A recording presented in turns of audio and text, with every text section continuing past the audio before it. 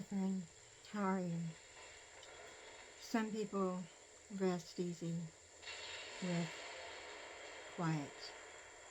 Others need a bit of suspense before bed. So tonight, I have a scary story for you. Why I check the weather obsessively is the title. The sun was just beginning to set beyond the mountains, which encircle my hometown, when a spring rainstorm popped up. I hadn't expected rain. The forecast had been showing clear skies all day long. It started as nothing more than a drizzle, and quickly became a deluge before subsiding back to a drizzle. As the downpour waxed and waned all around, I was disturbed to hear a sound which was not home of nature. It was the sound of somebody trying my back door's handle. The torrential rain slowed long enough to hear a slow, low, disappointed voice say, "Locked up tight." I felt panicked. Somebody was trying to get into my house.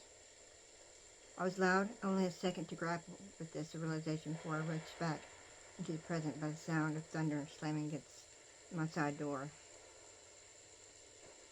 The knob attempted to turn uselessly against its locked mechanism. The voice came again, this time sounding devastated, as if encountering a locked door while trying to gain entry to my home for one of fate's cruel tricks. Locked up nice and proper. My heart skipped a beat at the sound, and it skipped another when I turned to look at my front door. Unlocked. I ran for the door. I doubt that I've ever moved that fast before, and I'm sure I could never do it again. I slammed against my wooden savior in haste, the lock sliding in with a clunk, immediately answered by a thunderous impact that shook the frame of the door, if not the whole house. Picking myself up from where I lay, several feet away from the door, I saw that it had remained intact.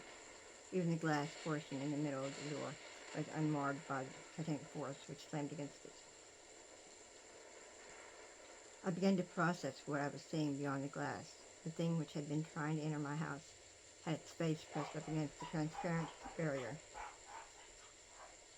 It was a putrid mass of writhing flesh. Hundreds, if not thousands, of tiny tentacles comprised the bulk of the face. It had the eyes of a snake. Its tentacles moved in perfect synchronization to reveal a mouth filled with row after row of way too many teeth.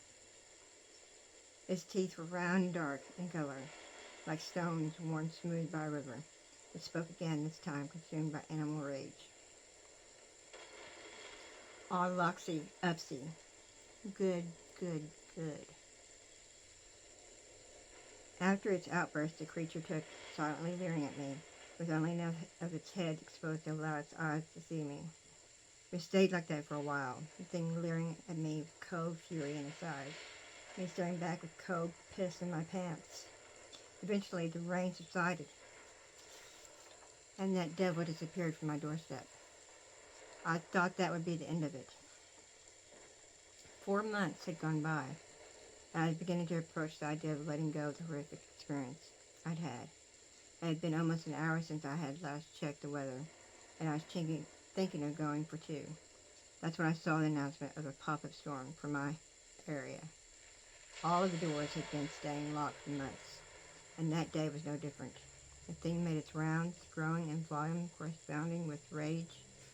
When it had checked all of my doors and found its efforts frustrated, it took to leering at me just as before. It's been 7 years since then. I'm a morning person by necessity. That's when I do all my shopping, gardening, working, and general outside stuff. I check my weather app every 15 minutes. These are precautions I've taken, as I don't know how it all works. I don't know what would happen if I were away from home and a surprise storm rolled in. I don't know what this thing even is. I do know one thing, though. After 7 years of maximum attempts, the thing now only bothers half-heartedly to check the front door. Finding no success, it sighs and goes to sulk in a corner. After 7 years, it's giving up. I hope that you enjoyed the story, and I hope that you sleep well. Good night, my friend.